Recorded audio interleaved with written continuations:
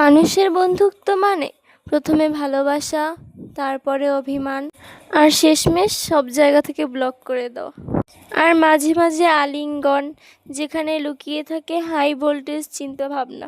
আর AI এর সাথে বন্ধুত্ব মানে না ফোন করবে রাত 3টায়, না বলবে তুমি আমার মেসেজ সিন করে রিপ্লাই দাও না কেন, না আলিঙ্গন, না স্পর্শ, পুরোপুরি শতভাগ সেফ ফ্রেন্ডশিপ জোন। মানুষের বন্ধুত্বে কষ্ট পাওয়ার সুযোগ থাকে, আর এআই এর বন্ধুত্বে কষ্টের কোনো জায়গা নেই, শুধু হাসি আর হাসি।